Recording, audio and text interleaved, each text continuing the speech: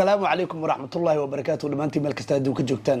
وكين سيكي ودن له اسكسو نقد وناكسن أولي بحيسة له وحين دير جينيا إذنكو عافمات قبينا صولا وطين ملك استادو كجوكتان مالنتينونا أي في عنتاهي وايه وايا بانتاهي أرن كان اسم الله هين مركلة أيا أصفر إسان دونتا أنا قو سيدي دبا والا اسخبتي وانا غانا والا كلا دماضي وانا غانا مدى هاد هالكان عن أنفرديو midaan ku fikiray inaan u soo fariisan doono ma yanahayn balse waxa jira wax aan laga aamusi karin yaani waxa jira wax u baahan in aad ka hadasho oo aan laga aamusi karin so sheekadan way ku leedahay in aan ka hadlo xilligan hadda la taagan yahay waayo dhamaad bay yeelan weyse sidaa darteed sheekadan ka hadlitaankeeda laba qodob ayaan u dhigayaa kuma dheeraanayo laba qodob ayaan u kala dhigayaa qodobka koowaad way arinkan uusan u lahayn dhamaad واي أرنكن أوصل أولهين لماد قبضة عن كلا تجني يو أنيجا السنة يبر كهر ولي بس قروح بدن إنه كلا تجني أنت كدبنا أنيجي يديبا عن المال صفريسن عن أرنكا كهلين واي أوصل لماد أولهين مرنبا قضب كلابات أنيجا محو سامين يقول ليه يعني محو أنيجا دباتي يقول ليه the rest of my life هداين جوجين إن أي كهلان muxuu aniga saameyn ama dhibaato igu leeyahay labada qodob oo kala dhigi doona qodobka koowaad aan ku hormaro haddaan ku hormaro Soomaali oo dhan way og tahay aniga markii gabadha aan kala tagnay nuucaan u hadlay ama waxaan ku hadlay yani waxa jiro dhalinyaro fara badan oo social media caanka ah oo guri samaystay calafkooda markuu dhamaadayna aan waxba isku reeban sharafti caadadii diinti dhaqankii Soomaali lagu yaqaanay ka talaabsaday oo aan waxba isku reeban ee isbahdilay ee iscaayay balse anigu waan ka duwanaa Soomaali oo dhan qaab ay ku qanacday ayaan u hadlay intaan soo fariistay inaan soo fariisto hortiina oo aan nimco iyo farxad aan ku jiro iyo reen iyo jawi qurux badan oo aniga familkayga aan idin la wadaago taas waxaan u arkaa normal caadi baan u arkaa لكن أنا أهانتي عادي وما أركو حدي دعوة بربلين فملكي وكسابسن إن إنتان سوفريستو أم فلانقيو أما بقى أنك هالله وح كستقرع تاس أنا أهانتي ده تيدا مركان كهالله إن حالت هاي أما يقروح بدنت هاي لما أها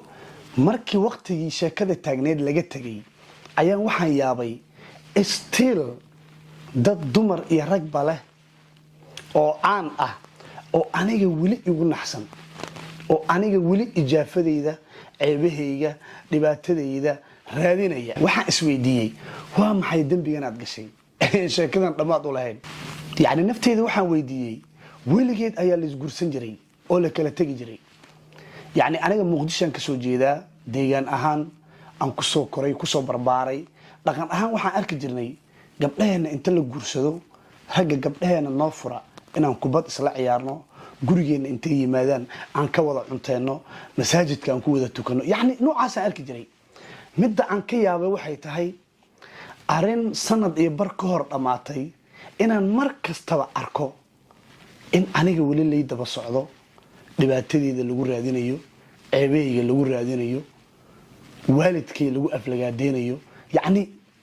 always waan la yaabi jiray haddana waan ka aamusi jiray yaani go'aanka aan qaatay maalinta aan ka hadlayay ayaan anigu ku taagnaa go'aankaas aan ku taagnaa si kasta u hadlaana go'aankaygu wuxuu ahaa marnaba inaan bedelin oo aan intaan soo fariisto guri ii dhisnaa aanan ka hadlin caadadaasna maaha caado aan leeyahay mid lagu soo koriyaan dhaqan u leenahayna ma aha guriga aniga aan ka soo jeedo dhalasho ahaan su'aashan qabo waxay tahay ma waxaa jira wax kale oo aniga aan geystay wax kale oo aan anigu geystay miyaa jira oo reerka sharafta leh dadka ka soo jeeda ay iiga dhamaan la yihiin hadda ka hor waxaa jirtay aaladan TikTok la yiraahdo markay soo baxday dhalinyaro kamid ah beesha sharafta leh ee daarood inaan meesha isku qabsanay waayo aalada TikTok game-ka lagu magacaabo waxay isku kaaya keentay annaga oo ciyaalka xaafada ah oo YouTuber iyo fanaaniin iyo waxa iyo raggi siyaasadda ka hadli jiray daayir cali sow كابتن أيوب شينو علي عليك دتك السياسة ده كهل يجري عيال كحافظة أيوب بهالك تيك توك اللي يريد نسكو كايا كانه سو واحد عليه ماشى إن القوة ده يغستو rag ka soo jeeda beesha daarood ee sharafta leh in aan isku dhacnan siyara qabsanay waan soo fariisto waxaan iri waxaan arkaa dad fara badan oo doonaya in ay u hubiyaan cimaamad ay ku qoran tahay CK wuxuu necab yahay beesha daarood soo sida awgeed waxaan iri laga bilaabo maanta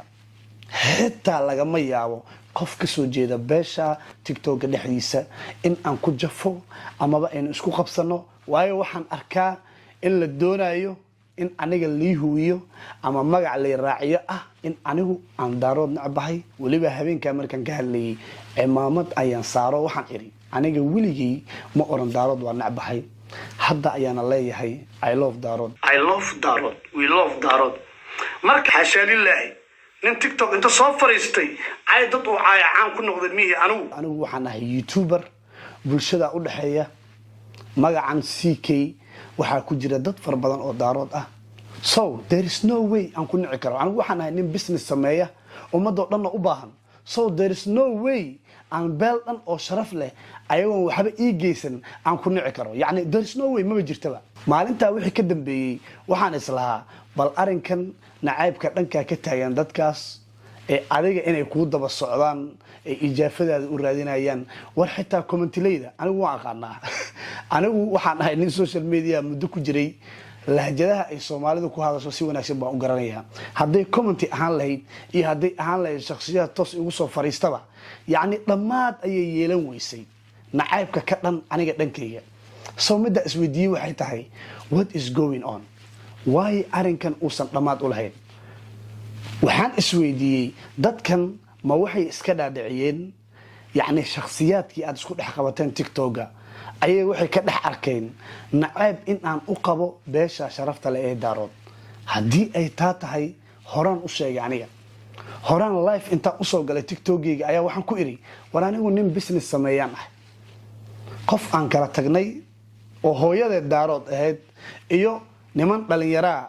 oo caanan isqabsanay beel dhan oo sharaf leh oo cid kastaba laga helayo there is no way aan nici karo so maalinta aan cimaamada arinka ka dhiibay waxaan islahaa arinka halkan ku ekaan doonaa kumu ekaanin aniga oon ka hadlaynin aniga oo dad iyaga kamid ah aan ishaysanin aniga oo siyaasad ka hadlaynin aniga wasiir ahayn aniga oo xildhibaan ahayn oo wiilkii maskiinka ah YouTuberka ah ayaan waxaan arkayay in uusan arinka dhamaad lahayn nacaybka ka dhanka ah aniga dhankayga iyo daba socodka iyo daba socdaan Hargeysa show u tagay waxa dhacday in la iga soo sameeyay video nin ajnabi ah oo Asian dhankan Pakistan iyo Hindi wuxuu ahaa ma aqaane in rag daarood aan inta isku tageen ay iga soo sameeyeen ninka galmoonayay ee ajnabiga ahaa in aniga aan ah oo Telegramka lagu sameeyay ilaahay muxuu ogaa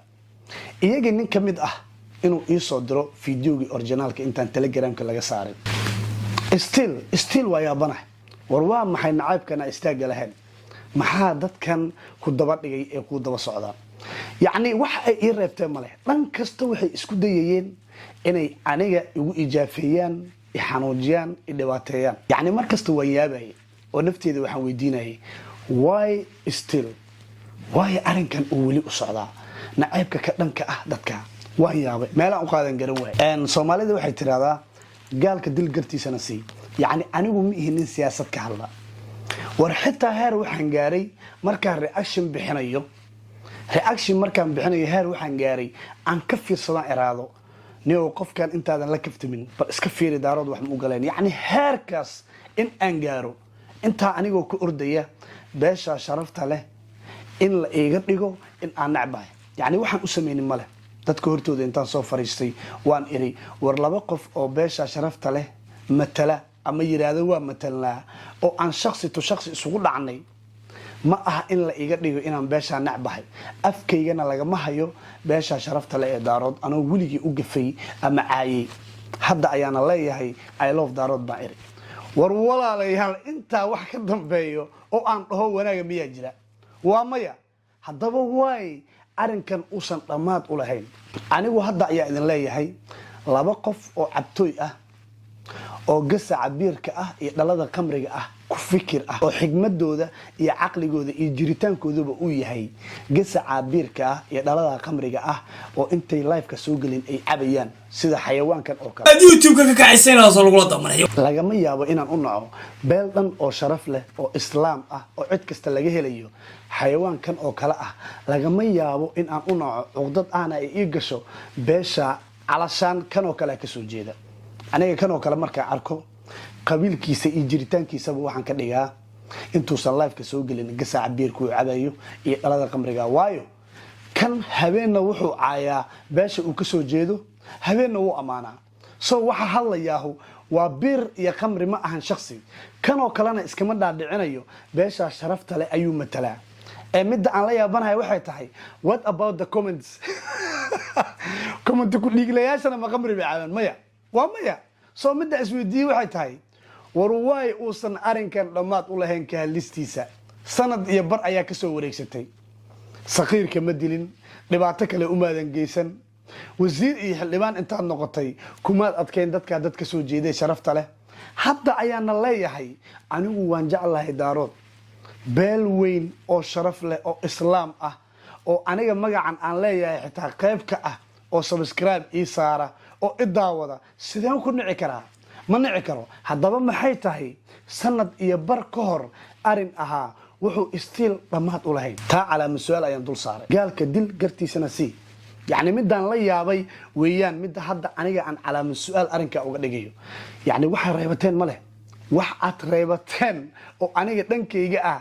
oo aad isleedihiin ninkaa ku dhibaatay ma jiro wax aydan ka hadlin ma leh hooyaday macaan allah u naxariistay oo maytiya maydan dhaafin yacni waxaad dhaafteen oo aniga dhankayga ma lehe waa maxay cuqdadan baas aad ii qabtaan oo aydan iiga haraynin waa su-aal muhiim ah aniga waxba iima geysanayso haddaad maalin kasta iga hadashaan iyo inta noloshayda ka dhiman waayo aniga nin rag baan u ahay in layga hadlo ta labaad aniga anaaba caan ah